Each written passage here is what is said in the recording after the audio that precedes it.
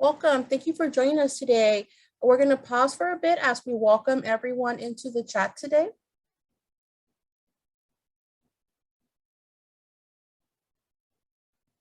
Thank you for joining us. My name is Noemi Guevara. I am the Director of Alumni Engagement here at California State University, Long Beach. We thank you for joining us for our next edition of our 49er Industry Chat. Before we start, I would like to let you know this is being recorded and it will live on our website at csulb.edu/alumni. Also, we would like to encourage you to use our Q&A box located below or above to submit any questions for our guest speaker today throughout the chat. And now it's my honor to introduce our guest speaker. Steve Brandon has over 40 years experience working in the financial services industry. He has worked for a large national bank, international commercial bank, and for the last 30 years has worked at Honda Federal Credit Union. He has served in various senior leadership roles, including as a senior executive and chief executive officer. The last 7 years of his tenure at Honda Credit Union. As CEO, he is responsible for the strategic direction of the company, establishing a corporate culture, manages major corporate decisions, and overall company operations and resources, and is the point of communication with the board of directors and executive management at American Honda Motor Company.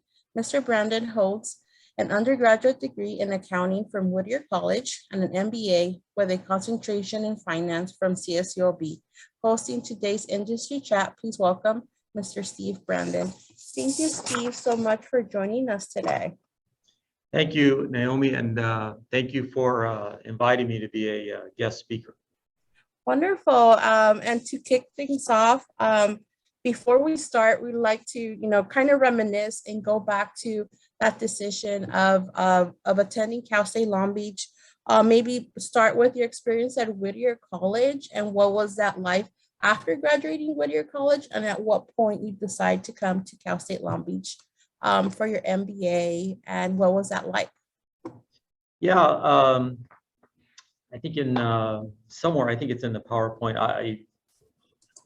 I go to numerous meetings every day and see a lot of documentation. So trying to reset my mind after a number of meetings this morning. I started my first meeting at 5:30 a.m., 8:30 East Coast time. So I got to reset my mind here a bit. But when I went to selected Whittier College, primarily, I looked at all the big universities.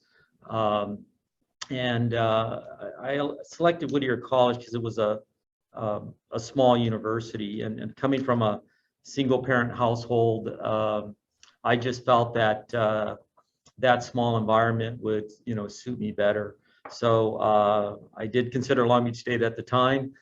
It wasn't quite right for me as a 18-year-old individual just starting out and really not knowing anything about college. So I selected Whittier, and when I was at Whittier, there were 900 students at the time. My youngest son is actually an alumni of Whittier College, and when he graduated, they had expanded to about 1,700 students. But it was a small classroom environment, small campus that really interested me at the time. And then I elected to go to Long Beach State. I, again, passed the first time around and took a look at various MBA programs. And I decided to get my master's degree. And I kind of talk along in my presentation here about trying to have a competitive edge. And really in my goal to get up into the executive ranks, you really have to kind of differentiate yourself. And I felt that I needed that little extra boost, kind of what you call table stakes, so to speak, right? And so I elected to go get my MBA, and I decided to, the second time around, go to Long Beach State. So that's how I wound up at Long Beach State on the second iteration, so to speak. Wonderful. And through your path, both in your undergrad and your MBA, you talk about, bringing or elevating your skills, or did you have any mentors that probably shared that would be a good idea, or maybe you started to network at that point? Yeah, actually, if you look at my work history, I started at Security Pacific National Bank, which is now actually part of Bank of America. And I had a great mentor there. And actually, I had a staff meeting this morning, and I utilized kind of a quote or a words of wisdom that they provided to me well over 30 years ago, and I provided to my staff. It was relevant then, and it's relevant now. But I had a great mentor, and I wound up working for her for 10 of my 11 years at Security Pacific Bank, and really pointed me in the right direction, really helped me hone my skills, and really pointed me, really towards the path of success. And after I spent my time at Security Pacific, I elected to move on after 11 years, and felt that I had enough tools, so to speak, and skills to start to really try to move up the corporate ranks, so to speak. And it really prepared me to go to Long Beach State. So when I went to school, and I went to night school there, so as a working student, actually, my work experience was really valuable to me. Really going back into the classroom setting. It was like hands-on and applied, right? Yeah, exactly. When you're an undergraduate and the professors are telling you things and you're trying to, figure out what that means. And I know when my sons were in college and they would ask me things, my youngest son has a degree in business, and he would ask me business questions and things, and, he's taking HR classes, and, it didn't quite really register it to him. But obviously when I went to Long Beach State, it all made sense, and I was able to, connect all the dots, so to speak. So for me, graduate school was, very easy. Nothing against Long Beach State. It was challenging, but Right. for me, with my work experience, it was a much easier path. Yeah, you were able to quickly just connect the dots. Correct. Well, I know you have this beautiful PowerPoint. I will let you turn it over to you if you want to continue. I know you talked a little bit about being at Pacific National Bank. Can you share about, what your transition into, is it Mitsui Manufacturing Bank, and what that experience was like? Yeah, so I worked in a number of areas when I was at Security Pacific National Bank. It was one of the dominant banks in California at the time. If you roll back to, or many of the people watching weren't even born then, but Security Pacific was dominant in Southern California. There was Bank of America dominant throughout California, and then Wells Fargo was dominant in Northern California. Those were the really three main banks.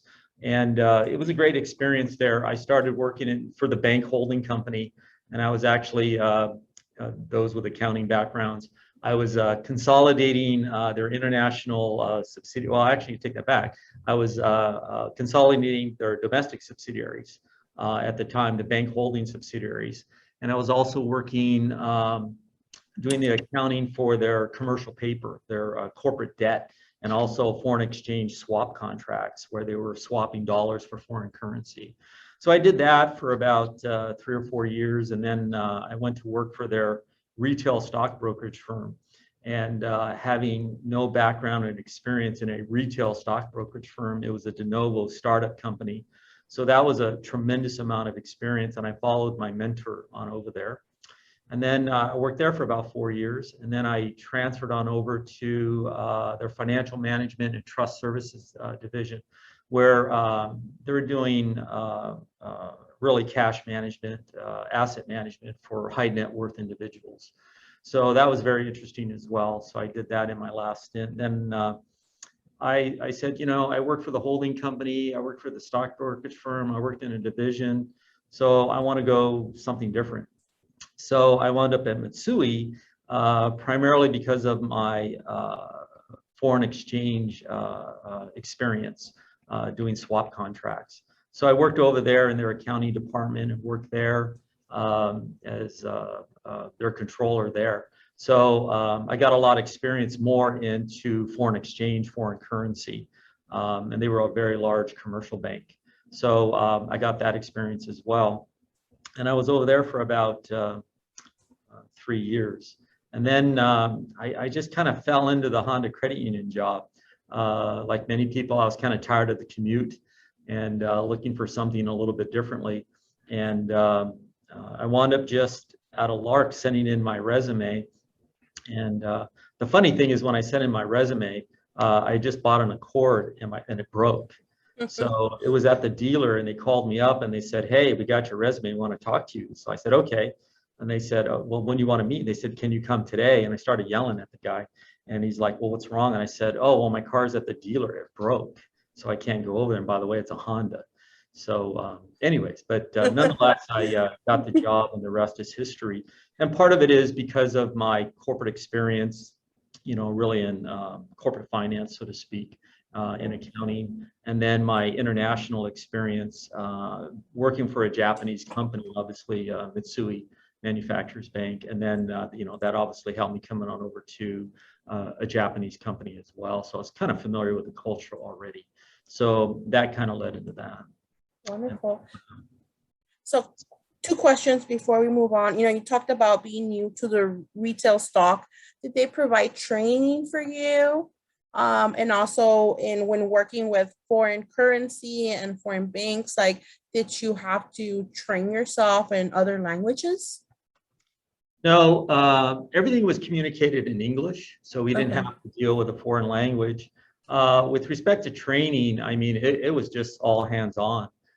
So basically, it was either with your manager or some of your peers that you worked with, and you were given assignments. And in some cases, you could go back and look at the prior work papers, prior schedules that they used. But at the retail stock brokerage firm, it was a startup company.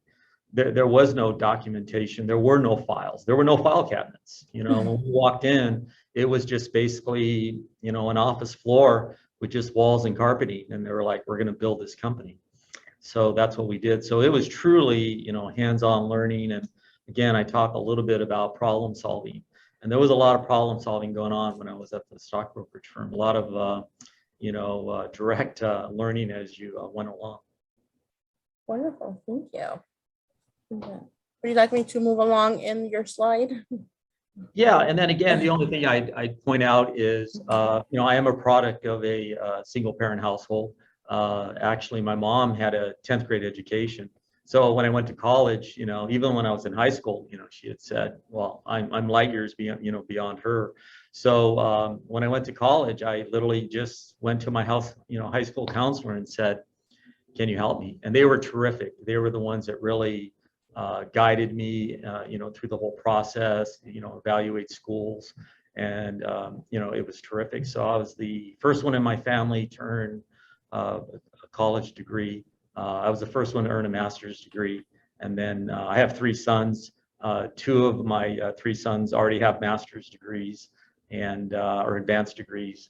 And then my youngest is looking to go to Long Beach State to get his MBA. So I might have another son on over at Long Beach State. Wonderful. You speak of that first generation experience that we have. So many of our students are first generation and their families. Any advice that you want to give to our students? I sometimes our students might be fearful because they're first gen. They don't know how to navigate or even ask questions because they're timid. Any advice you'd like to share to them on that end? Yeah, and I had some interesting college tours, along the way, and a couple of schools that I looked at.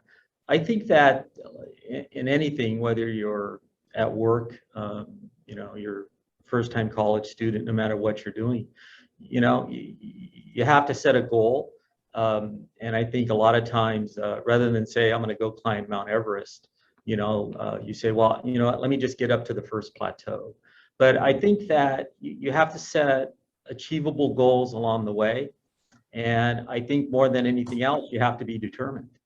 And I think that, success isn't a staircase.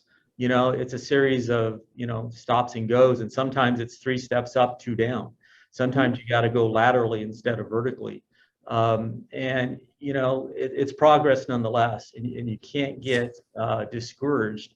And more than anything else, you just have to be determined, and you just have to not accept no for an answer. And I think more importantly, everybody has failures. Everybody does. I've had lots of failures, but you have to accept it, and then you have to try to learn from it and say, hey, look at the root cause and go back and say, what's the cause effect? Where was I wrong in my decisioning, right? Where did I make the wrong assumptions and do the wrong things, so that you can learn from it, and hopefully you don't make that same mistake again. But most of all, you just can't get discouraged. You just have to just continue on, and you're going to get bumps and bruises along the way, but that's just life in general. You're always going to run into obstacles. The question is, can you get over that obstacle? Correct. So moving along. So this next slide that you see right here, and again, talking to the students, right? And we're always recruiting people, and I look a lot of resumes.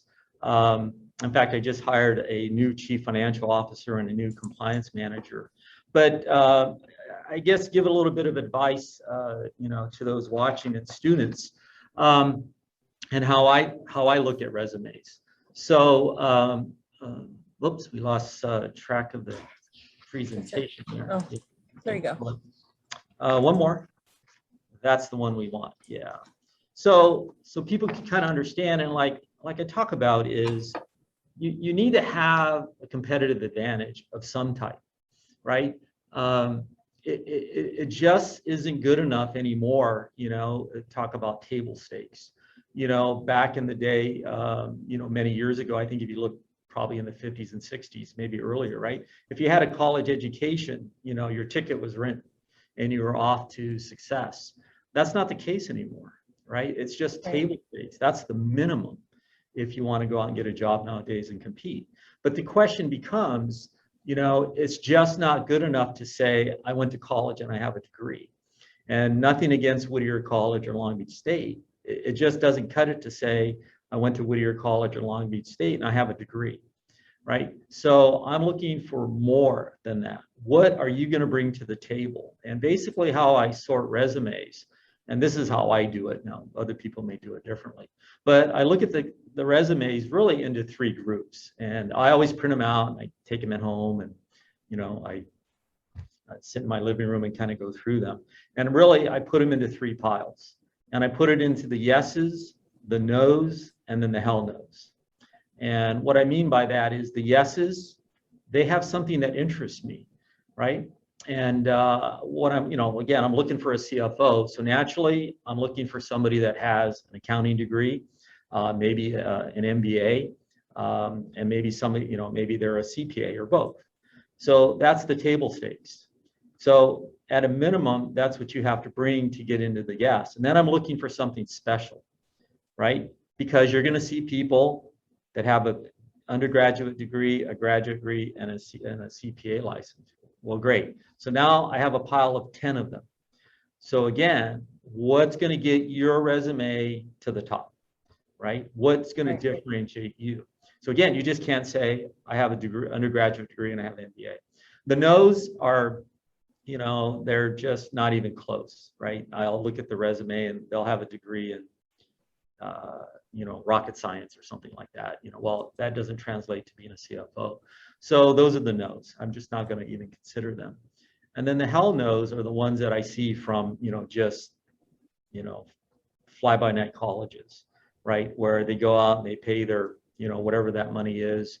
And you hear a lot about in the press right now about private colleges and the cost, and then some of these private colleges fail. So if you go to one of those private colleges, or I see that college advertised on TV, most likelihood it's going to be hell no. I'm just going to toss it aside and not going to look at it. So again, what are you going to do to get into the yes pile?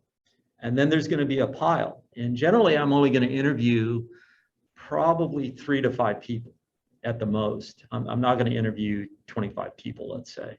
So I'm going to narrow it down however many is in that pile. There could be 10, there could be 25, there could be 50. And I'm looking to see who's going to rise to the top, because then I do the fine sort. So now I have my yeses, and then I start to break them down. The ones that, no, they're not really. They got into the yes pile, but not really. Then the ones that are like, this is something, I'll come back to them. And then I have the true yeses. They go, this person interests me. So the question is, what are you going to do for me that the others can't, right? And you can't simply say, I have a BA, I have an MBA. That just doesn't cut it. What is going to separate you from the others? And what are you going to do for me that the others can't? And frankly, how I got my job at Honda, I was actually at the time, I was hired as initially as the chief financial officer. So when I came for the interview, I was talking to the CEO then, and he was asking me, and he's, well, let's talk accounting and stuff. I said, look, here's my resume, right? I guarantee you, right? I'm a financial guy. I guarantee you, I know what 1 + 1 is, okay? And I know what 2 + 2 is. But let me tell you what I can bring that the others can't, right? So you want to talk foreign exchange, you want to talk, with regulators, accounting firms, audits, compliance, technology, startup, de novo businesses, new divisions, new subsidiaries, new products, new services. I can bring those things to the table. But if you want somebody that's going to tell you what's 2 + 2, I'm not your guy. Okay, and let's just cut this interview short. Right? But if you need these other things, you want somebody that can take this organization from X dollars. And since I've been here, I can do the math. We've grown the business probably 100-fold. And I said, so if you want somebody that, can be your lieutenant now, and frankly, now 30 years in the future, I'm that person. I guarantee you, if you want to hire somebody that's just going to tell you 2 + 2, I'm not your person, and I don't want to work here. So, but if you want somebody to bring these other things to you, right? Deal with, board of directors, executive management, auditors, regulators, so on and so forth, evaluate new products and services, implement technology, all those things, organizational change, then I'm your guy. And that's how I got the job. But I didn't get it because I knew what 2 + 2 was. Right, basic. Quick question, with your yes pile, do you ever focus on the cover letters? I know, so I've done several recruitments, and sometimes people don't do cover letters. And for me, that they automatically go in the no pile. Yeah, actually, I glance at them.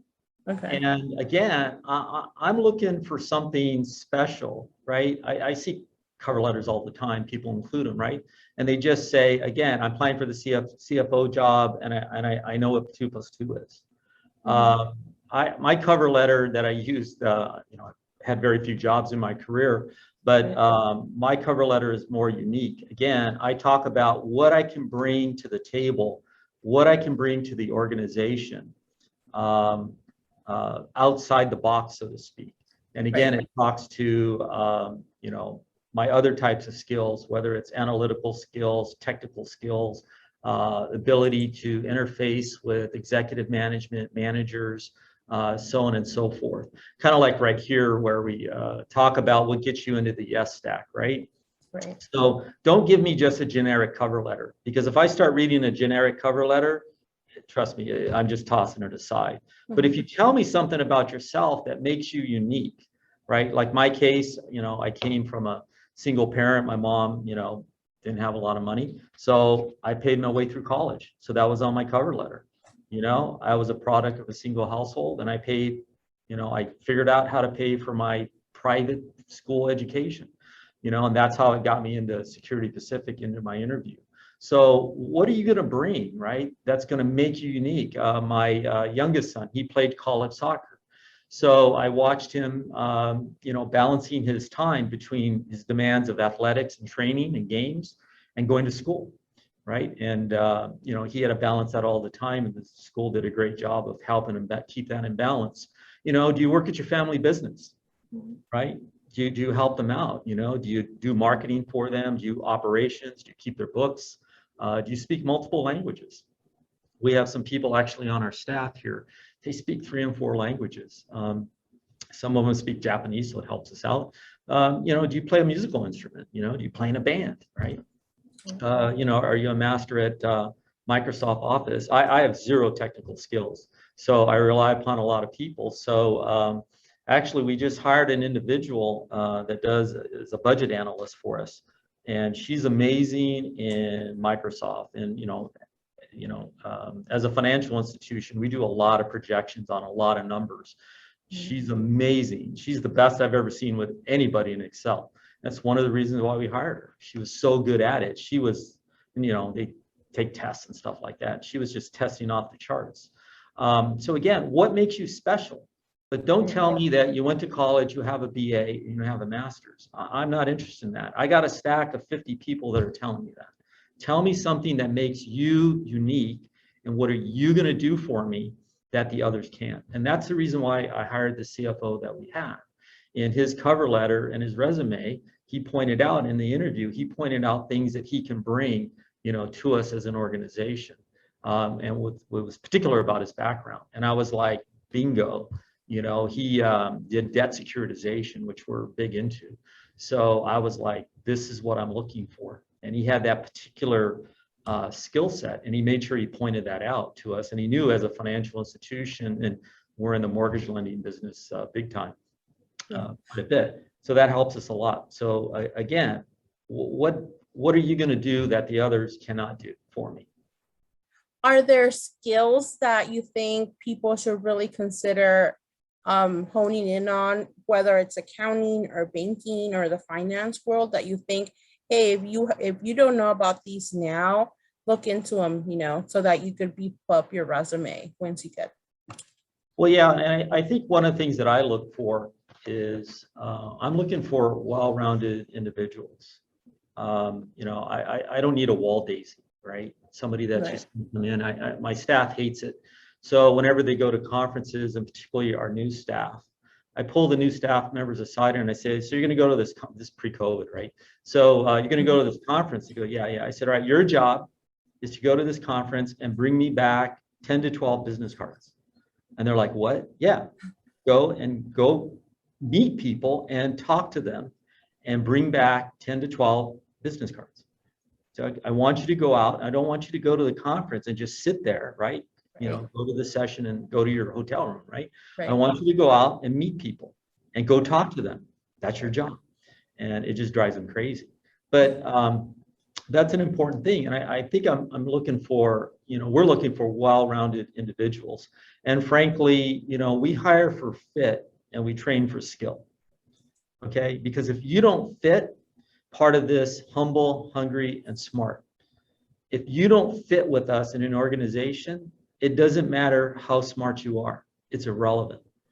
Because if you don't fit with us, within the group, within the team, it's not going to work out. We've had a few over the years that it just didn't work out. They just did not have the right fit. And I remember one in particular, we were like, ooh, well, maybe you can fit a square peg in a round hole. No, you can't.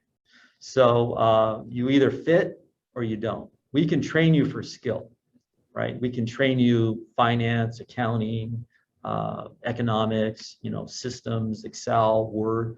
But if you don't fit, it doesn't matter. And we're looking for people that are hungry, that are humble, and are smart. As my old mentor used to tell me, you can't teach smart.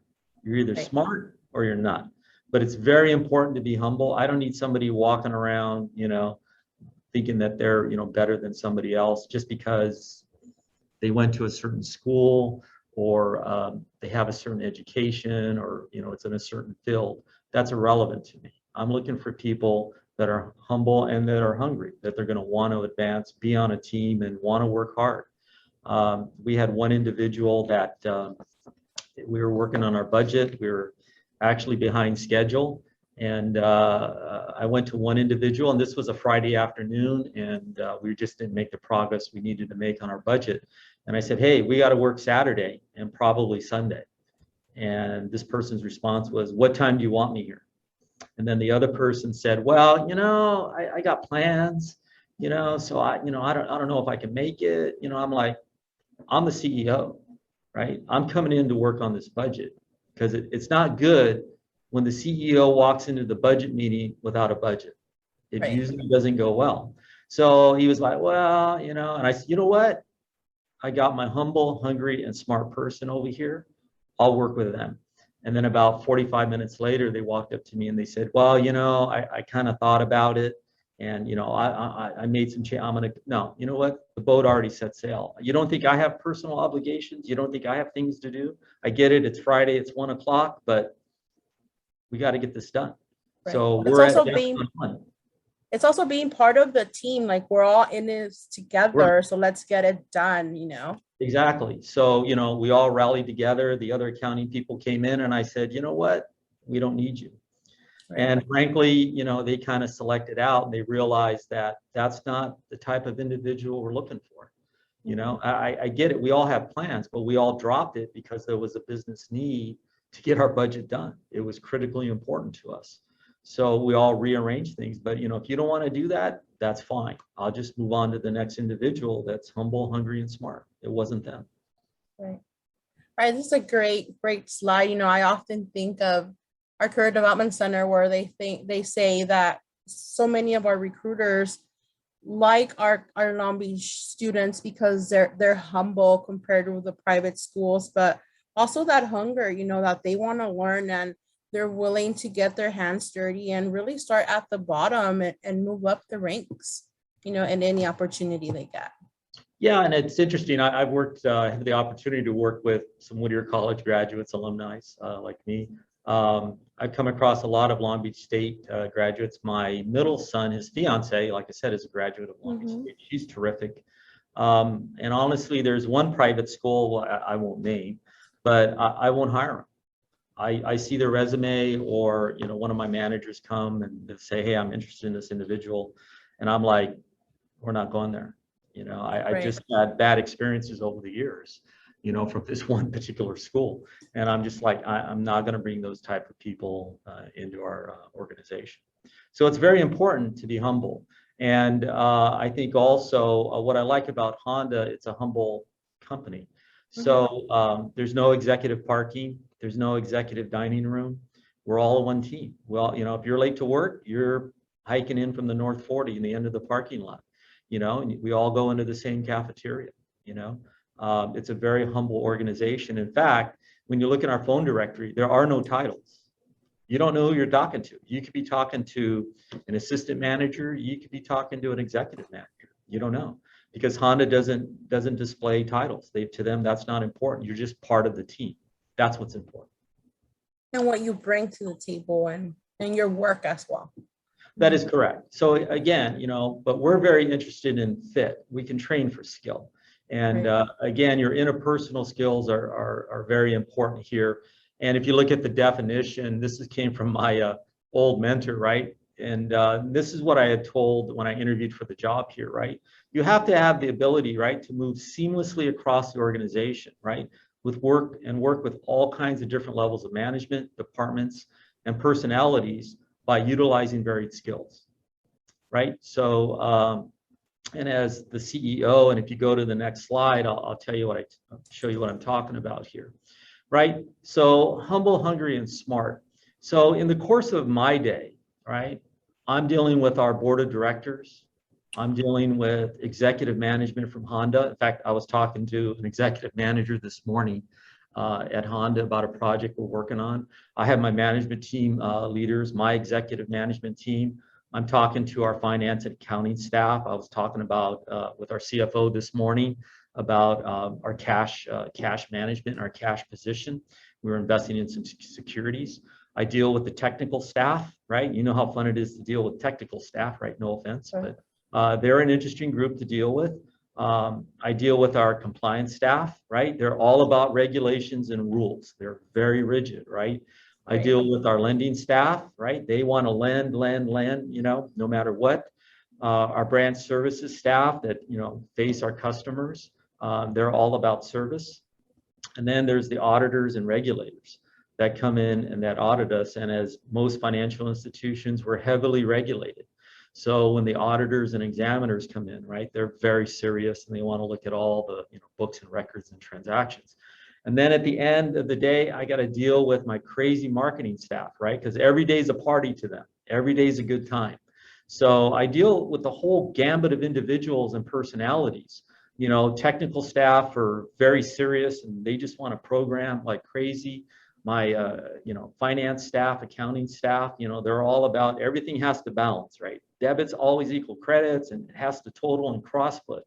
My compliance staff, and then some, again, dealing with executive management at Honda. I have to be able to transition in the course of a day, and literally within minutes of talking to my crazy marketing department, and then have to go talk to a regulator about something that's, very serious about rules and regulations. And you have to be able to move across the organization and do that seamlessly. And that's what one of the things I had pushed to, my boss at the time that interviewed me a long time ago at Honda, is you have to have the ability to do that. You can't just say, well, I do IT, I sit at my desk and I, write code all day. That doesn't work, because, in all of these departments are codependent. They're interdependent. And, what one of them does affects the other. So, IT, right? All roads, we all know, go through IT nowadays, right? So they have to talk to departments. They have to ask them, what do you want programmed? What systems do you need, right? They have to go out and understand that. The accounting people have to go talk to all the departments and understand their operations, because they got to do all the accounting for it. Compliance has to know what's going on, because they have to make sure they're following all the rules and regulations that we need to do. The marketing staff, right? They got to be able to market this stuff. So tell me about this product, tell me about the service, tell me how it works so that I can market this. And then again, dealing with executive management and ability to answer their questions, what they may have, again, albeit at a very, very high level, but the ability to go and do that and do it effectively. But you just can't sit there and say, well, I just work in accounting, and I'm just going to do this spreadsheet in Excel. I just program all day, or I process loans. You have to be able to move across the organization and deal with all these different departments, all these individuals that have their own unique characteristics about them. It's critically important. Yeah, and try to just learn a little bit about everything, and also get to know your employees and their culture, to be able to work with them. A question from our audience: how did you learn to interact with these various arms of the organization? Were you able to shadow leadership early on in your career? Yeah, it's interesting. My old mentor that I said when I was at the bank that I worked for 10 or 11 years, a lot of times, everything rolls through IT and everything rolls through accounting, because accounting has to account for it. So a lot of times, I was sent to a conference and she'd say, bring me back 10, business cards. And then a lot of times she'd say, what's going on in this department, right? This isn't right. This is wrong. These numbers don't look right. Or a lot of times we had a budget for something, or they had a request for something. They wanted to purchase something, equipment, they wanted whatever it was. And she'd always say, here's the department manager name. Here's the department. Go talk to them and go figure it out. And then you'd have to go over there, and I'd have to go over there and talk to them and go, hey, I'm Steve from accounting. What's going on with this? What are you guys doing? What's happening with this? So, or a lot of times in the case of budgeting, right? You have to understand the department and how it works and how it operates. But in all of these various things, right? You have to be able to go to these departments. And again, what we have here in these first two bullets, right? You have to go meet them. And a lot of times in accounting, you have to get them to do what they don't want to do, right? You have to say, well, you can't process that transaction that way. You can't do it this way. This is how you need to do it. And part of the challenge that you have is going to all these departments and trying to talk to them, understand what they're doing, right? In terms of how they're processing, what are their needs, what information do they need, what information are they providing, what information you need, do those two align? And a lot of times, right, it's getting them to do what they don't want to do. And half the time they don't even want to meet with you, right? They're like, I'm too busy. I don't have time for you, right? And you have to figure it out. So I know one task I had at the brokerage firm, we had stock traders and they were paid commission. And we were having a problem with our commission payments. So my boss said, go down there and talk to this guy and go figure it out. He's the manager. And he said, I'm busy, we're trading, whatever. I said, fine. Well, I guess what? Since we don't have the financial data, we can't pay, the commissions owed to your traders. Oh, well. And I said it pretty loud and I walked out and all of them heard that. They were like, we're not getting paid? What? Next thing you know, he's calling me up. I have time for you. Come down here and talk to me. So you have to figure out how you make these connections and how you pull the levers, so to speak, to get people to do what you don't want to do. He didn't want to talk to me. He didn't want to spend the time talking about his staff's commission payments. I said, fine, then we won't pay them. We'll just hold it up in accounting. And then his staff said, no, I think we need to be paid, right? We're working hard. So you have to have the ability to do that again. And a lot of times in my younger days, I walked into department, I had no clue what they did. I had no idea about a retail stock brokerage firm, stocks, how they traded, how they settled, the funds movement, all of that. And a lot of times what I spend a lot of time doing is I spend a lot of time doodling. And I just kind of, walk through the journey of that transaction, so to speak, and say, so if I'm a stock, okay, so we call you up, you want to buy stock, I'm Bank of America stock, or I'm Apple, and, I do the trade, it goes over here, it goes to the clearinghouse, person sends in their stock, we settle that transaction, we pay them, the money moves around. And I just doodle out a lot of the times of just the transaction flow or the business flow of what I need to figure out. So a lot of times it's just spent talking to people and just asking questions. Well, what about this? What about that? Or what if this happens? What do you do when that happens? And a lot of times you'd be amazed when you can just talk to people casually, and you can find out a lot of information and they're willing to tell you, but you have to create that bond with them. And with the guy, what I made sure of was, again, he didn't want to talk to me, but I worked out a deal with him where we would turn around, his commission payments for his staff. And we changed our accounting process working with him. And we had them their commission checks on the second business day of the month. We had been giving it to them around the 15th business day of the month, or the middle of the month. So we speeded up the payment time, which they were happy. They thought he was a hero, and he loved us in accounting because we helped him, right? So I wound up having, this individual that, supported us and really championed our cause. So whenever we went to another department, he was always saying, hey, Steve in accounting, they're great to work with, go work with him. So you got to build those bonds with individuals in the organization. It's just critically important in this day and age. Right. Build those relationships. I know in the past I've been told, make sure that if you're having lunch in the lunchroom, go talk to someone that's in your different department and just tell them what you do so you can learn what they do, and start to build those relationships.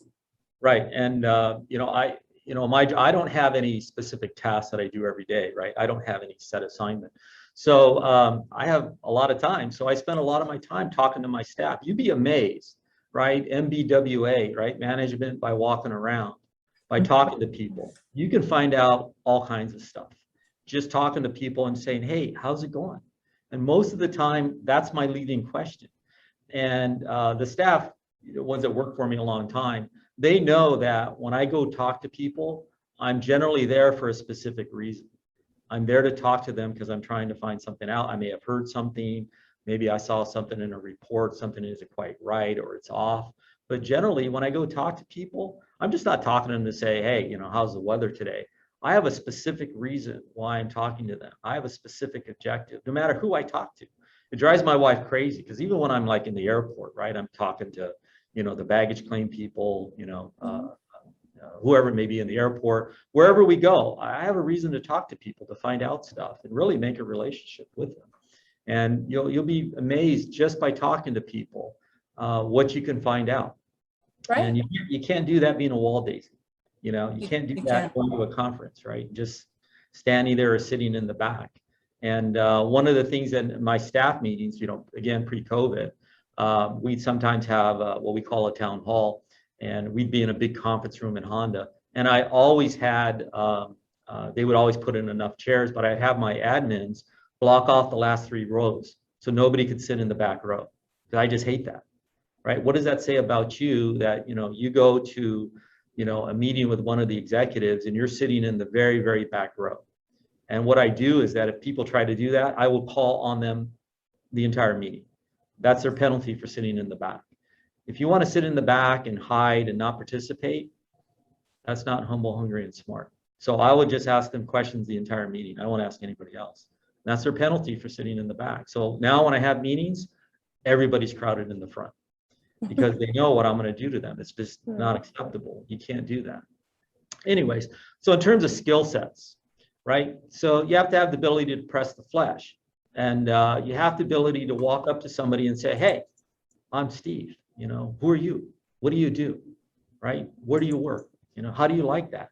You know, what do you do? What does that mean? You know, what do you do? You're a systems analyst. Well, what is that?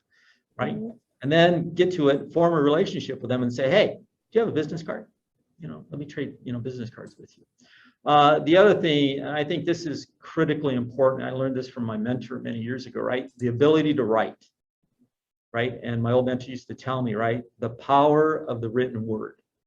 And she would tell me, right? And it's actually more powerful than bullets.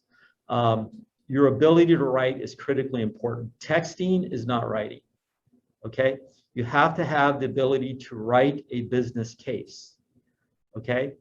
And write it effectively, right? So I get requests all the time. But if you call me up or you walk up to me and verbally ask me for something, 99% of my answer time, 99% of the time, my answer will be no. Because I can't understand that, right? You're talking to me, and while you're talking to me, I'm thinking, okay, I got to call my board chairman, I got to call that executive at Honda, I got a regulator, I got to call, schedule a meeting with him. My admin wants to, schedule another meeting. This person wants to tell me about an issue, right? I'm not even listening to you. It's the power of the written word, your ability to write effectively.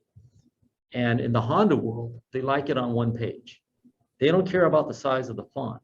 Right? And I guarantee you, if you give me a 10-page proposal, I'm not getting past page 2. I'm probably not even getting past page 1. So when you write, tell me what you want right up front. Just tell me. Short and sweet. Short and sweet. Tell me what you want. Tell me why you want it. Tell me what are the benefits of it. That's what I want to know. But I'm not going to look at 10 pages of data. I don't have time. Right? Because everybody's pressed for time. I'm, really pressed for time. Right. So tell me what you want. Your ability to write effectively is critical. If you can't write, you're not going to get anything done. And I know years ago, my peers, my other team members we used to get upset at me, and it said, our prior CEO, he says, he always approves my stuff. I said, well, what I do is I write it up. And as you write it up, you're going to tell whether or not you have a solid idea or not with the supporting documentation. I said, so I only give them good ideas. I'm not going to present something silly, because if I draft it up and I can't justify it, well, I trash the idea. And what I would do is I would wait until he went to lunch. I put the proposal on his desk, and when he came back from lunch, I would go to lunch. And when I came back, it was always signed, approved on my desk. You have to write. And if you can't write, you better learn to write. Right. And that's across any business, not only, Absolutely. So again, right, anywhere. If you can't write, you can't make a business proposal, you can't draft it up, it's not going to go well for you. So, and one way to learn to write is you have to read. Okay, you have to read. You have to read newspapers, financial publications, Wall Street Journal, whatever it is, Journal of Psychology, whatever it is, so you can see how people write, how they structure things, how they phrase things. And it's really critical to your writing skills. You just can't do it occasionally. It's something like you just have to do it all the time. So again, writing is critical to anyone. And then again, more importantly, right, analytical and problem solving skills. You have to be able to figure things out. You just have to. So, but again, if you can't solve a problem if you don't know you have a problem. So that's part of the analytical skills. So the ability to look at information, look at data, and be able to parse that out and say, does this make sense? Is this trending in the right way?